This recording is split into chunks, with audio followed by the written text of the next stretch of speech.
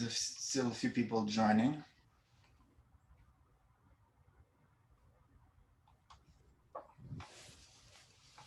Yeah, there's that standard issue that people have to walk back from their lunch place in Berkeley usually. Yeah, I had so to walk that excuse sort of doesn't really work these days, but yeah.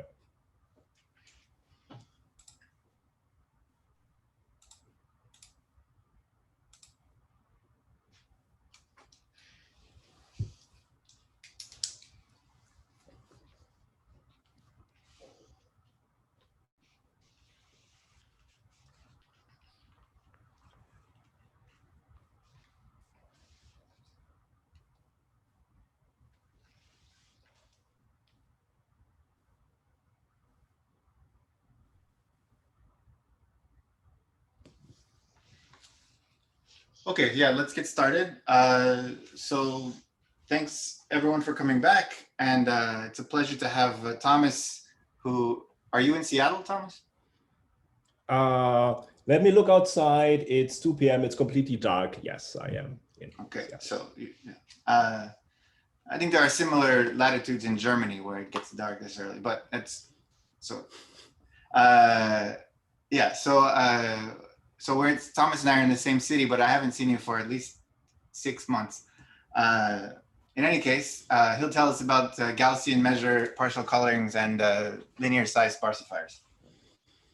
Okay, thanks a lot for having me. And so what I'm going to talk about today, it's a collection of results from 3 papers, and 2 of them are joined with my graduate student, Victor Reis.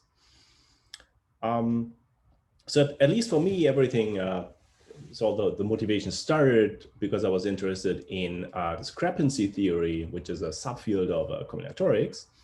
And usually the setting goes as follows.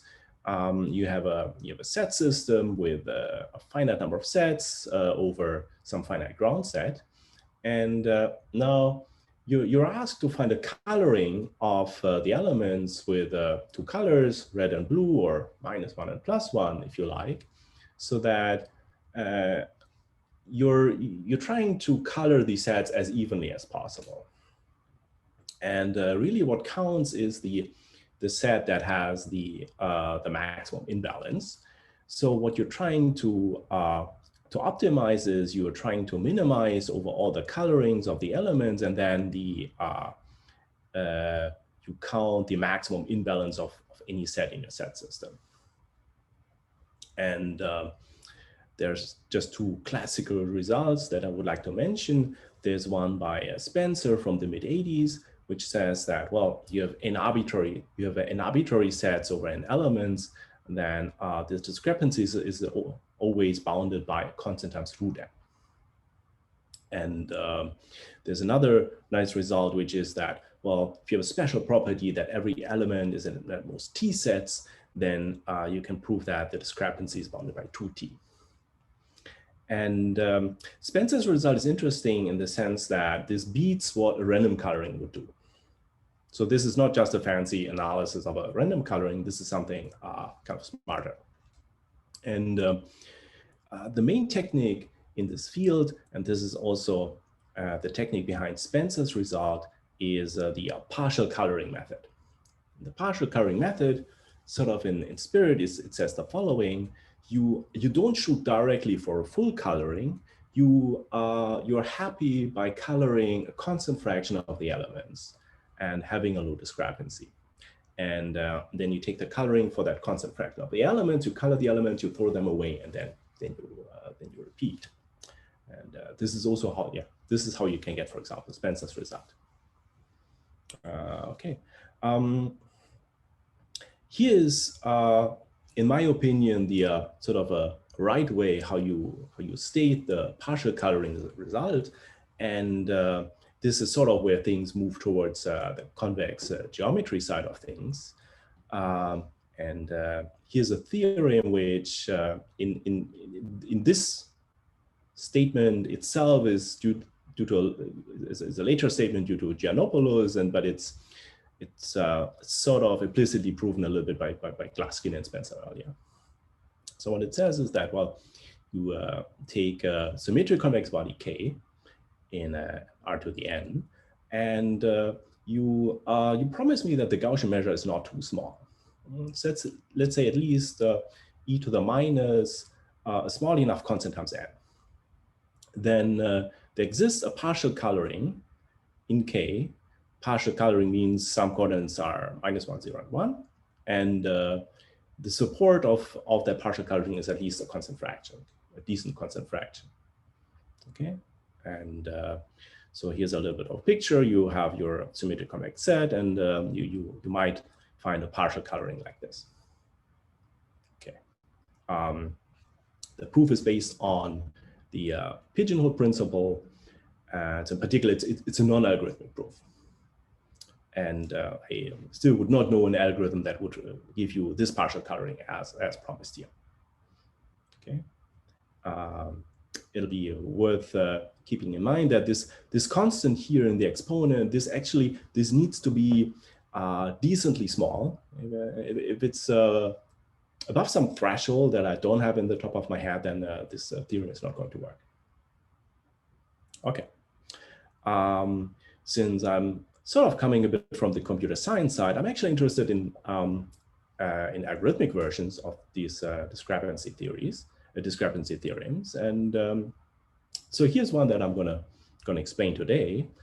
Will prove the following, that well, you take a symmetric convex set K, and the Gaussian measure is at least e to the minus alpha n, where alpha now is an arbitrarily large constant. Okay, so there's a bit more flexibility. Then we can find a partial coloring that's in some constant scaling of K, and a constant fraction of the coordinates are going to be on the boundary. They're going to be +1 or -1. And one thing is we can do this in polynomial time. Okay, so picture is slightly different now. We're not actually finding a coloring where the coordinates are in -1, 0, 1. We're sort of finding a coloring where the coordinates are between -1 and 1, with sort of enough entries on the extremes. Okay, good. One comment is that it's a little bit what I said earlier, is that in this form, Giannopolous' result is actually not true. You could, for example, if you take K as all the points that are close enough to some hyperplane with some awkward enough normal vector, then there's not going to be a 0, -1, 1 point on that hyperplane other than the origin, even if you scale it by more than a constant. Okay, good. So this will be part 1 of the talk, is going to prove this result. And please interrupt me if there are any questions. Okay. So here's the algorithm, and I like to talk about the algorithm because it has only 2 lines. That doesn't really happen very often these days in theoretical computer science. Okay, so here's the setup. I'm actually not scaling K. Rather, I scale the cube. Okay, so I change the setting to something that's equivalent. I'm finding partial coloring in K intersected the cube with side length to epsilon. And I can choose the epsilon and I can choose the delta dependent on alpha, so that I can make things fit. Okay, good. So here's the algorithm. I take a random Gaussian. Let's call it X star. Covariance is the identity. And you can kind of see from the picture that this random Gaussian with hyperbolity, it's going to lie way outside of the cube and sort of way outside of K. But now I do the following. I compute the point y star, that's lying in K intersected my cube, and that's as close to X star as possible. Okay. So if you look at the statement, then this point sort of trivially satisfies that it's in K and intersected the cube. But why on earth actually would many of the coordinates be sort of on the boundary of the cube? And this is sort of the interesting part. Maybe one comment about why is this a polynomial time algorithm is that, well, this is a convex minimization problem here. So you're minimizing a convex objective function, and y is in the intersection of two convex sets. So this is really just convex programming, and this can be done in polynomial time, let's say minus some numerical issues. Okay. Good, and I'm going to explain you why this algorithm actually works, and then in the second part of the talk, I'll give you some application of it. Okay. Good. Here are some facts and some notation that I'm going to use. This notation gamma n of k. This is the Gaussian measure when really just picking the Gaussian with zero covariance is the identity. There is something else I'm going to use is that if you have two symmetric convex sets A and B, then the Gaussian measure of their intersection is at least the product of the Gaussian measures. This is interestingly, this is a very recent theorem proven by, I believe, a retired German community college professor. It was known a long time earlier with when one of the sets was a strip, and well, this is actually the only case that we would be using, but it's just a very useful fact to know. So this is sort of the picture you may want to keep in mind. Okay. Finally, I'll use the width of a convex symmetric body. This is a quantity that I'll define as follows. You take a random direction x, you're averaging over x, and you see what inner product can I get with x with any point in K. And this is sort of it's a good measure how large a convex body is. And this is a measure that also works kind of nicely if you have a sort of lower dimensional convex bodies. Okay. Finally, there's a beautiful theorem due to Urison. And it says that, I mean, at least the version that I'm using says that among convex bodies with identical Gaussian measure, the body that minimizes the width, it's the Euclidean ball of the right radius that's centered at the origin. Okay.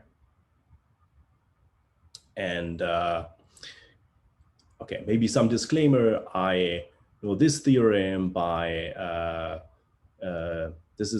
I learned this from a paper by Singh and Ronan Eldan, and they already had the insight that the width of a convex body is sort of it's a good quantity to look at if you care about these fractional colorings. Okay, good. So this is just a little bit of a couple of notations that I need, and so we can now come to the main part of the analysis, which fits on one slide, and then I did one extra slide to kind of justify one of the inequalities. Okay, so here we are. This is my symmetric convex body. This is my cube, and now let's talk about what the algorithm is doing. Again, the algorithm picks a random Gaussian X star, and then it kind of looks at the projection of that vector X star on the intersection of K and the cube. And let's discuss a little bit what is actually the Euclidean distance between X star and Y star that we would expect. First of all, I claim that it's not very hard to get some lower bound on at least the expected distance, because you can simply lower bound the expected distance of x star to the cube, and then you can really just analyze coordinate-wise how far is one coordinate from the interval minus epsilon epsilon.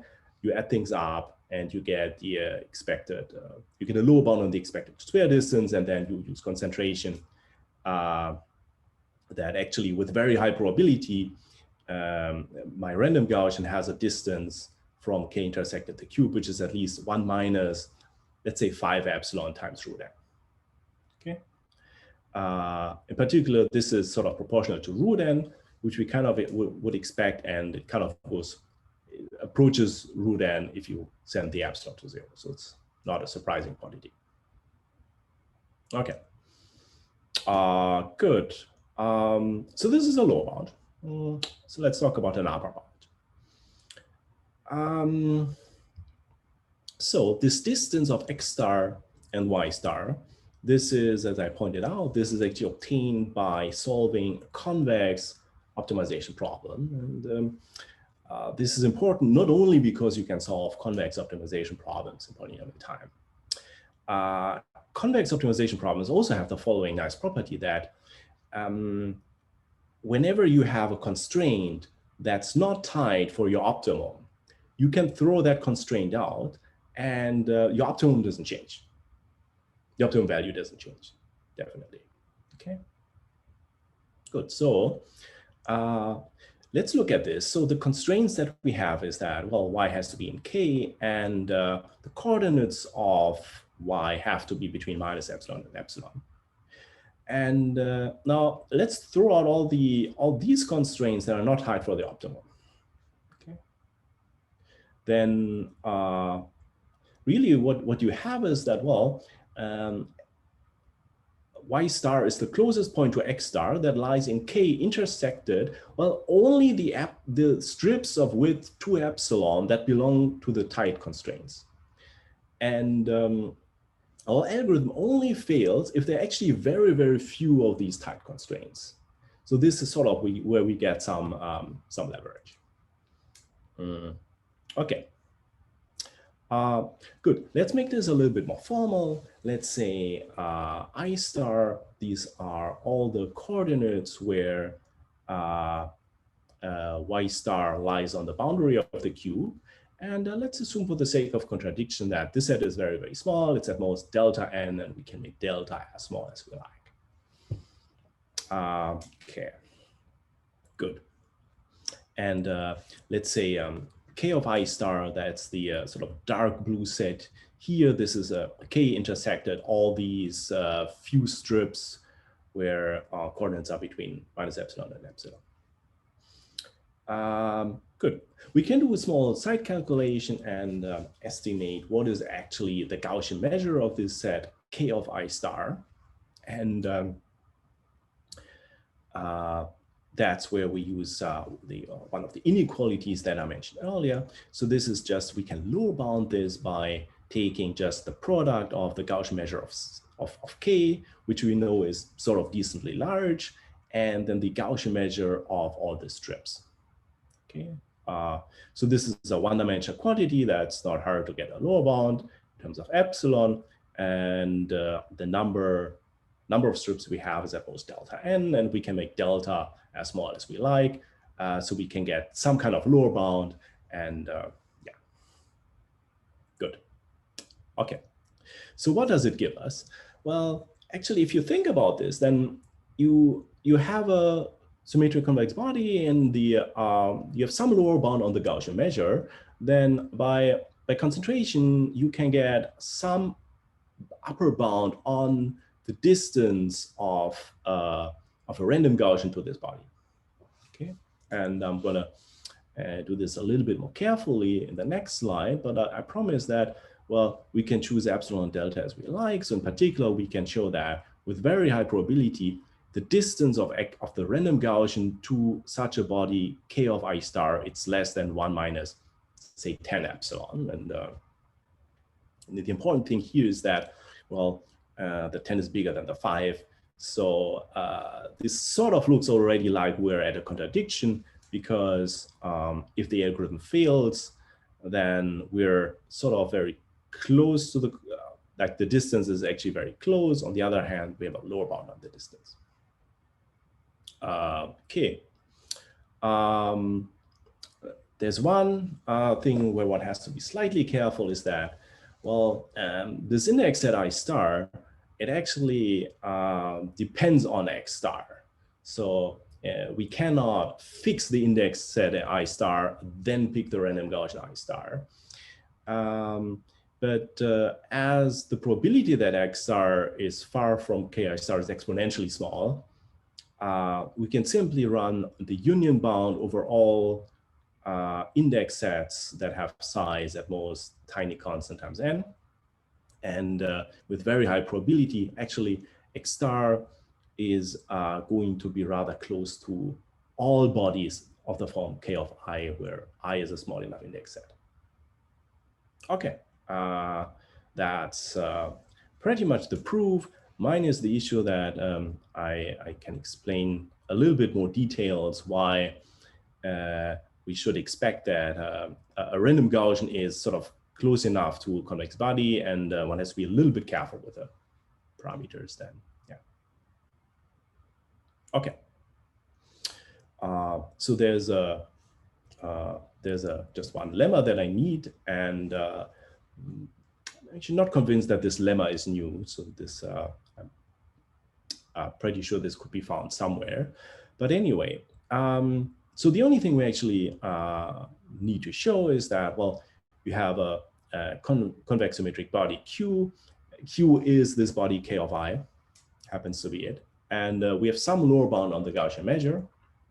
Then we can get an upper bound on the expected distance of a random Gaussian. The important thing is that actually I need an upper bound that's better than root n, and it needs to be better by some constant, no matter what constant alpha I have here. Anyway, it's not too difficult. You can reason as follows. You take this body Q.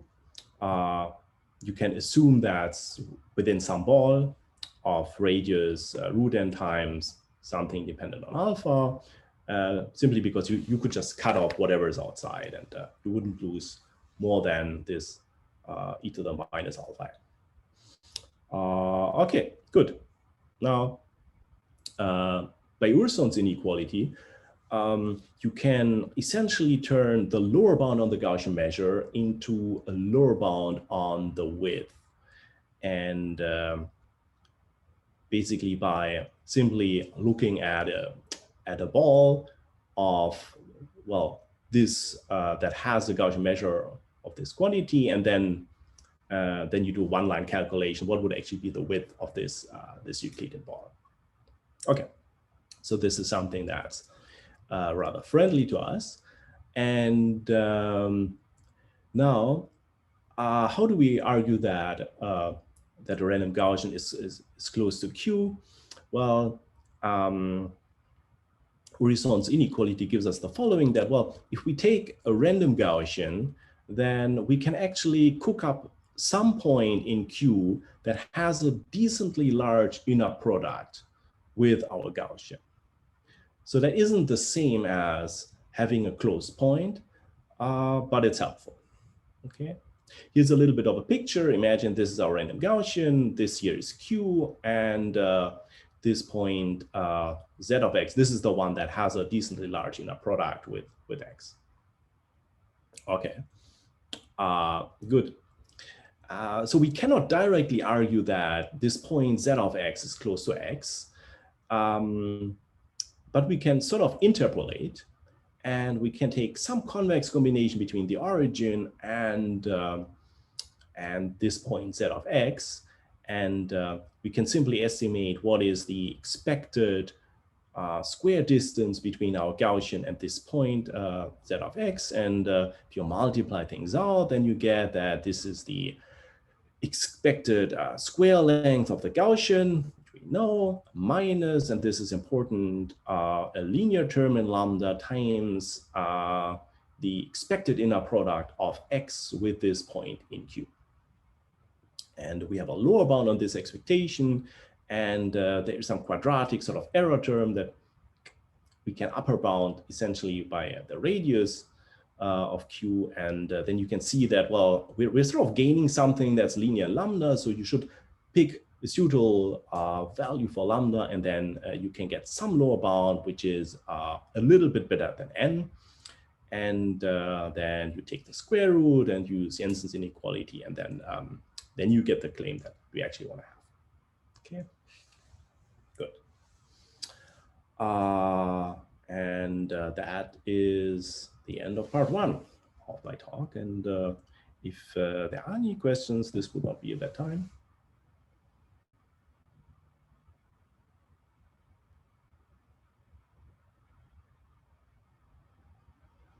Okay, good. So this is a fairly general algorithm to find fractional partial colorings in convex bodies.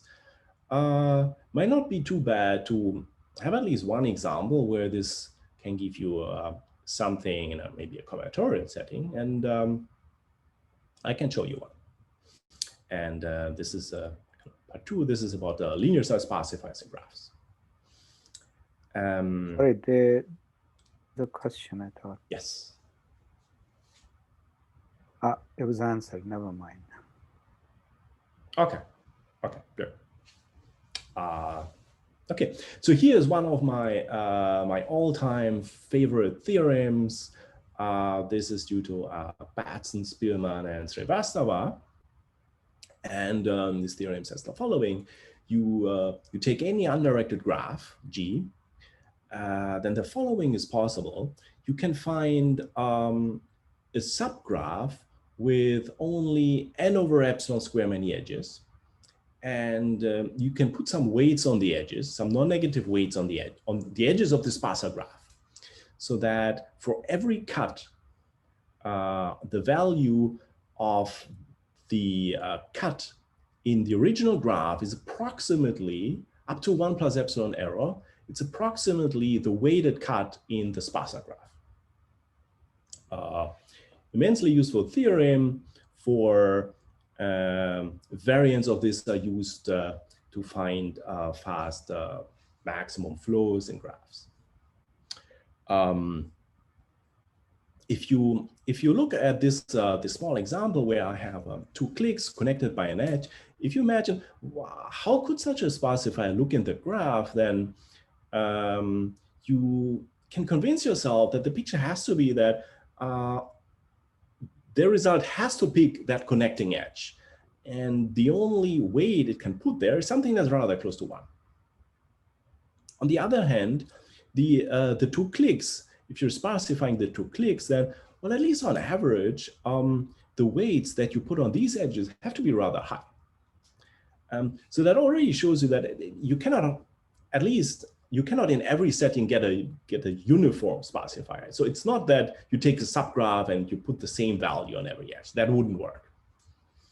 And I should also point out that what they're actually proving is something stronger. They actually prove that the Laplacian of the sparse graph, if weighted, it approximates the Laplacian of the original graph, which is it's a stronger statement than saying that for every cut, this approximation holds true. Okay, good. So what Batson-Spielman-Srivastava do is they actually prove a linear algebra result, which itself is very interesting. And it says the following, that you take vectors, m vectors, that are sort of in isotropic position, let's call it that way, meaning that if you sum up the vectors vi transpose, then you get the identity. Now what they show is that, well, in polynomial time, you can find a weight vector, a non-negative weight vector S, so that the support is bounded by n over epsilon square. And if you put these weights in front of these rank 1 matrices, then you get something that's approximately the identity up to 1 plus epsilon factor. And this sign here, this is the Löwner ordering. Okay, and we can, in some sense, I claim that we can recover this result from like a convex geometry perspective. Okay. And here's essentially the algorithm.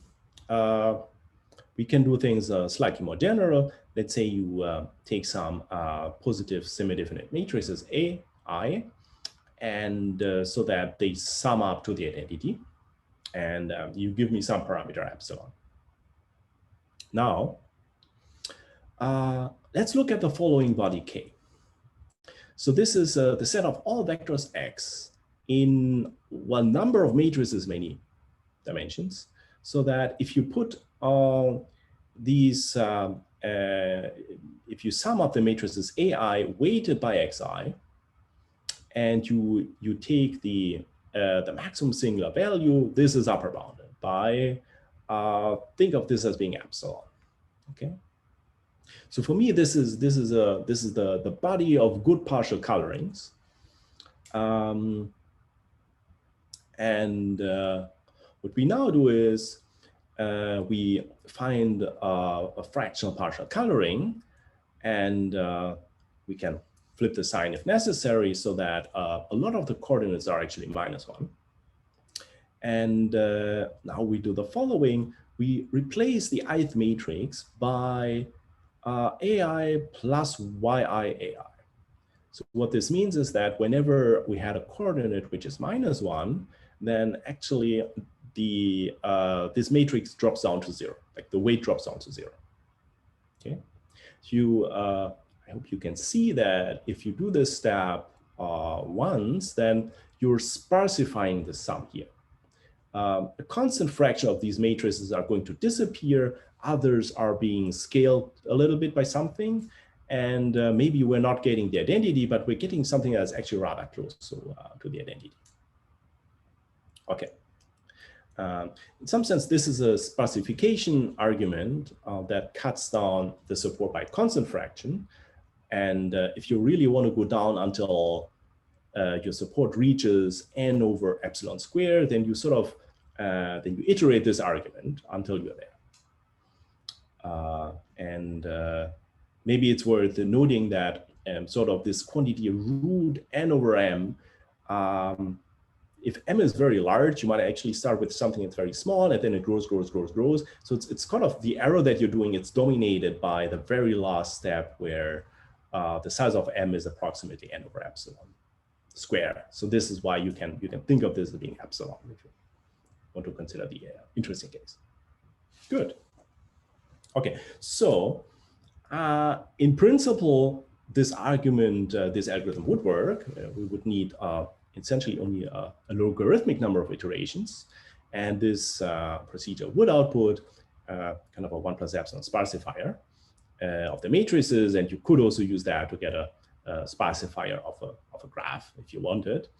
The only thing that we need to show is that actually we can find these fractal partial colorings. They exist, and we can find them, which is not clear from the picture here. Okay, good. Then let's sit down and speculate a little bit. So what we actually know about sets of the form, all vectors x, so that the sum over xi ai has singular values upper bounded by root n over m. Okay, so first of all, this is a norm. Operator norm is a norm. So definitely the body that we have, it's going to be convex and it's going to be symmetric. Fortunately, it's not a polyhedral body. There are always some easy arguments that you can apply if you have a body that has only a few faces, a few facets. So that's not going to fly here. And I'm afraid my symmetric convex body kind of looks pretty similar like all the others that you've seen in this talk. Okay. What would be nice to be able to prove? Would be wonderful if we could prove a lower bound on the Gaussian measure of such a set K. If that was true, then we would simply apply our little algorithm, sample a random Gaussian, project it on K intersected the cube, this times the -1 cube, and that would do the job. Problem is, I do not know if this is true. I would be reasonably sure, but I don't have a proof. Well, on the other hand, if you go back to the analysis of the algorithm, then well, this was a very convenient condition that made the algorithm work. Thomas, as you're let's say upset that the body is non-polyhedral. The tool that takes away from you is just like complementary slack, just like analyzing type constraints, like counting type constraints, or? Okay, so first of all, if it was a polyhedral set, then you could just apply this lower bound, which is that the Gaussian measure, it's at least the product of all the strips. So let's say you have a linear number of strips that usually would be enough. Just from the algorithm, I don't think that I could use anything from the algorithm to say that only like a linear number of constraints of K matter. It's more like that the cube has a linear number of like constraints that I use, but not really that K has a linear number of constraints. I mean, I could conclude that. Does it give a partial answer? Okay. Good. Okay, so actually, the algorithm that we have seen, it would already work if we could prove that K is rather close to most of the Gaussian measure, because, well, that's actually what the analysis sort of used. So to be precise, what we would like is that the Gaussian measure of, let's say, some constant scaling of K plus some constant that probably should be less than 1 times root m times the ball. This should reach a decent fraction of the Gaussian measure. And to be more precise, you need this in a hereditary sense, in the sense that, well, even if you freeze a small constant fraction of the coordinates, this is still true. But in some sense, the way we define things, it is automatically hereditary. Okay, so this is a statement that would make the algorithm work. And this is luckily what we actually can prove. Okay, and to be slightly more precise, is what we'll prove is that for any parameter alpha, if you take 50 over alpha times K, and you add alpha times root m times the ball in this space, then you reach a half of the Gaussian measure.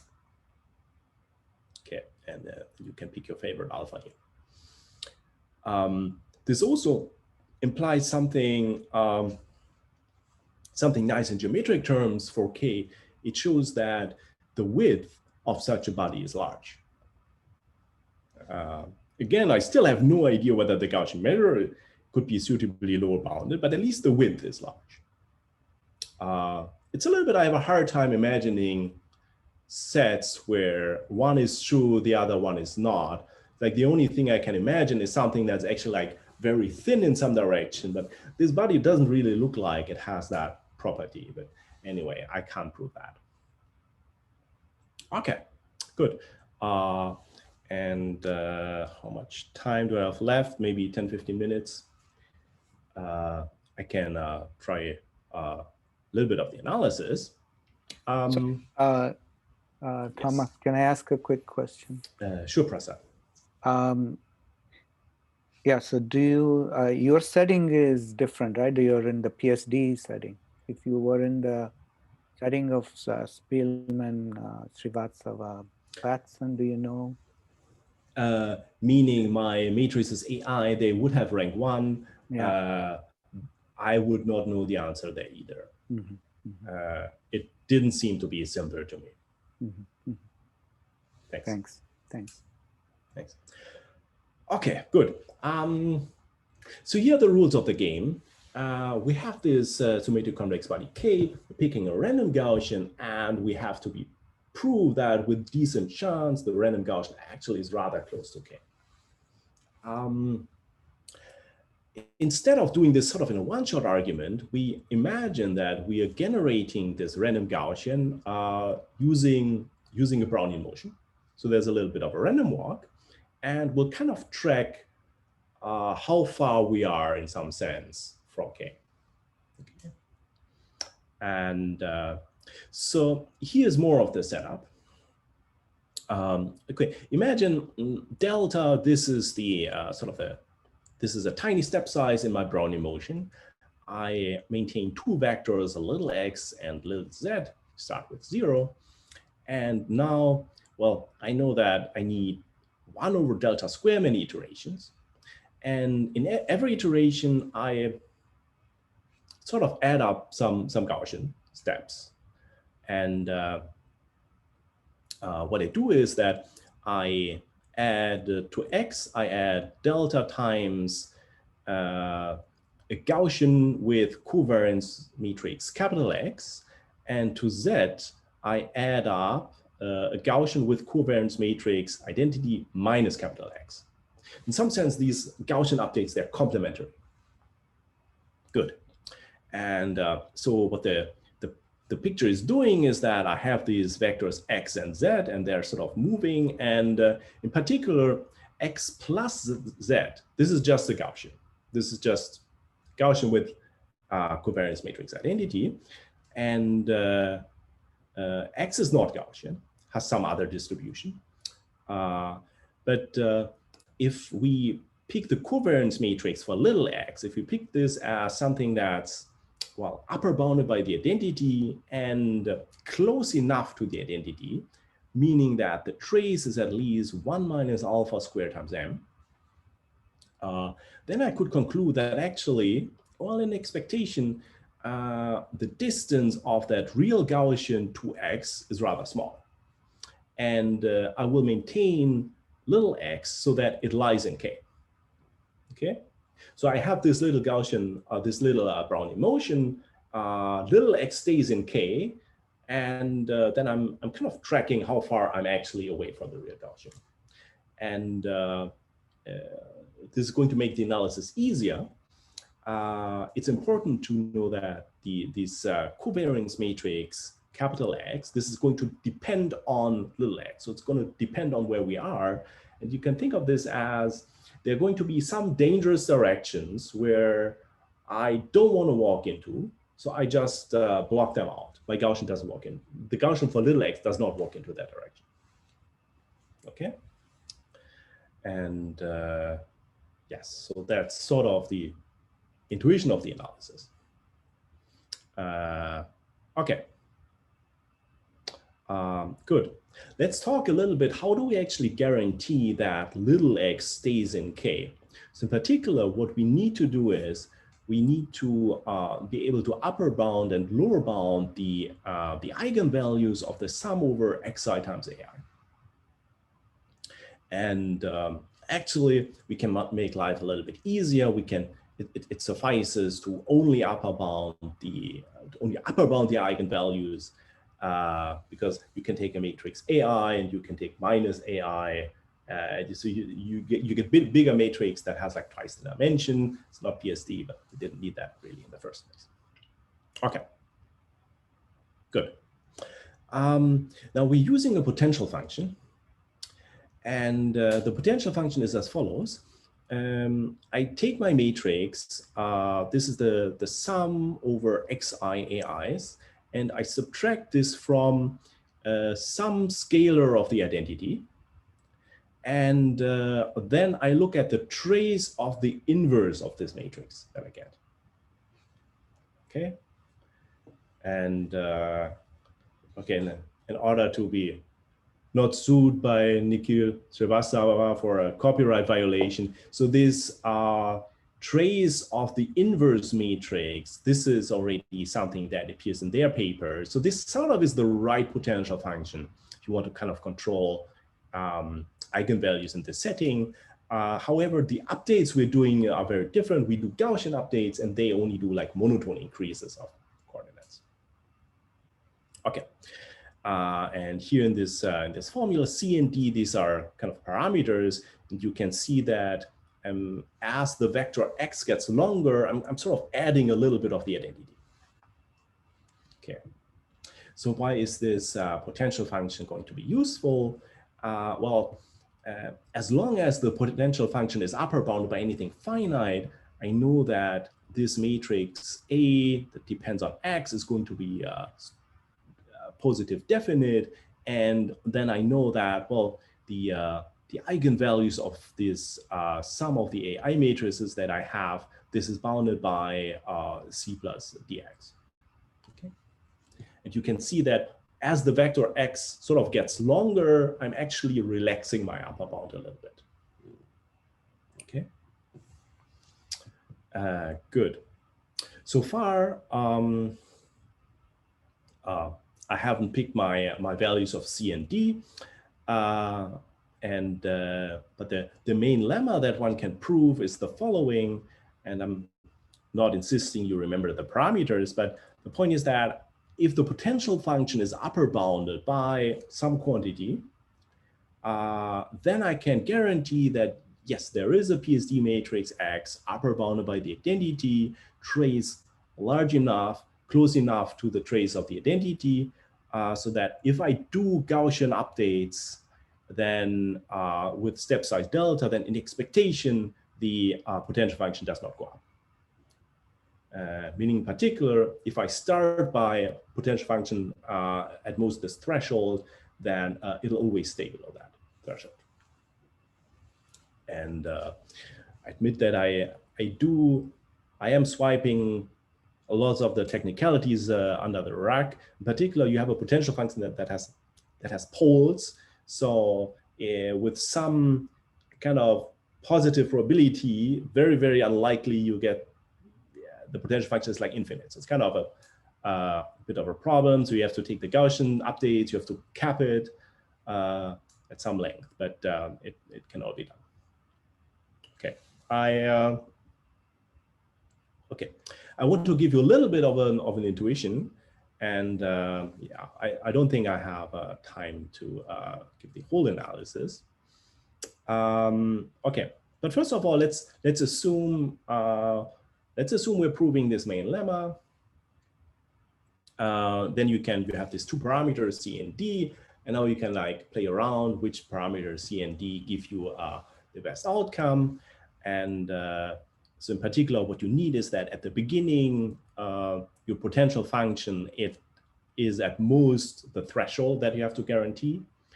And then you know that at the end, you're reaching a vector that's going to have a Euclidean length of about root m, and then the eigenvalues of your matrix is upper bounded by C plus D times the length, and then you get your bound. And this is epsilon over alpha. This is the bound you want to have because this corresponds to a 1 over alpha scaling of K.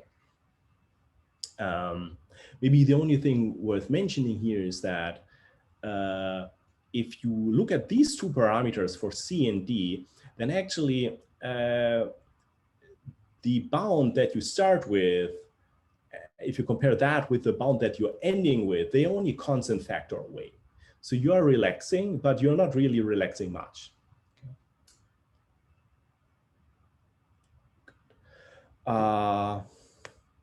Okay. So here's a one-dimensional intuition, which is as follows. Imagine you have a function dependent on just like a one-dimensional parameter x, and the function is 1 divided by s minus ax, and think of s as being some parameter. So what happens if you do Gaussian updates if you have such a function?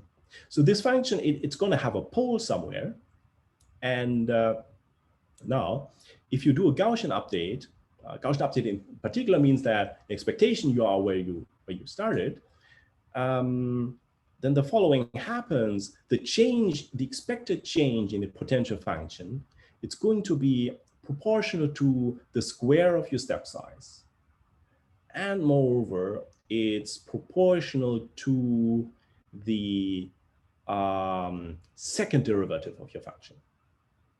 Okay.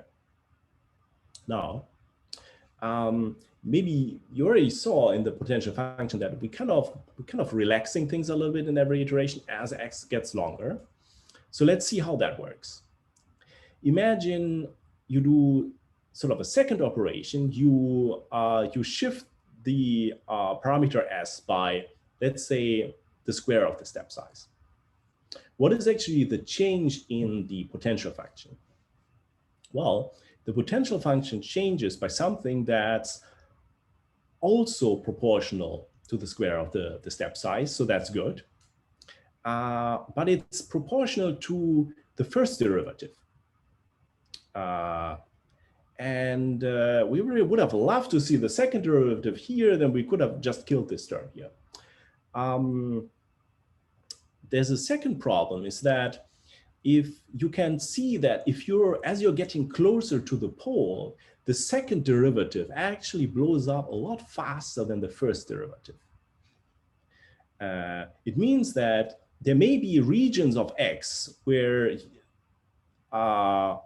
sort of the decrease you're getting from the shift can kill the expected increase from your update, but it will not work everywhere. Particularly, we have to be far enough from the pole. Okay, and if we go back to the statement of the main lemma, then this is what is the assumption tells us, is that we need the potential function to be small enough so that the update works. Okay.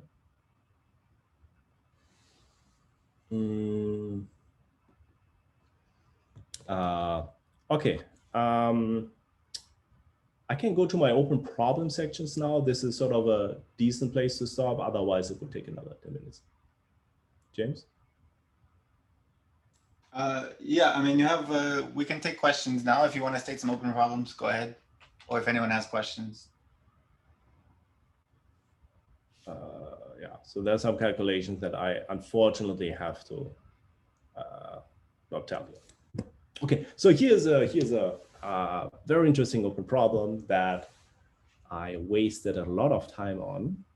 And the setting is that,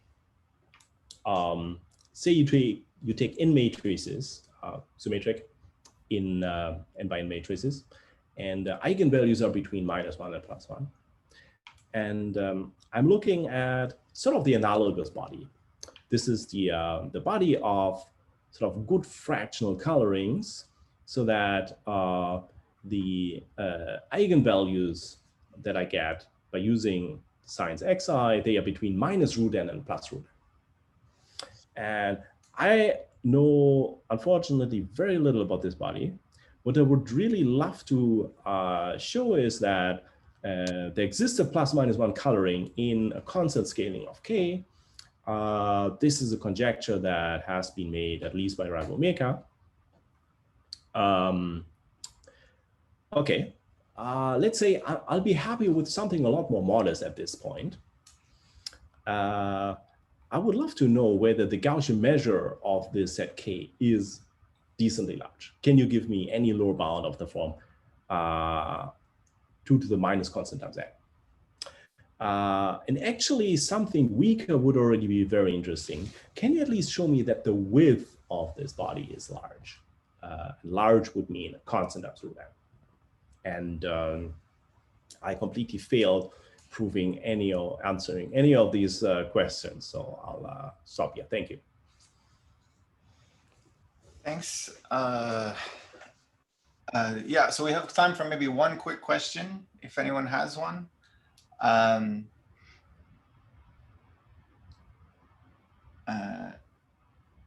Yeah, maybe. Yeah, let's maybe go to a break. I have a question, but it's a bit long-winded, so I might just ask you privately. So we start again in 5 minutes with Sora stock.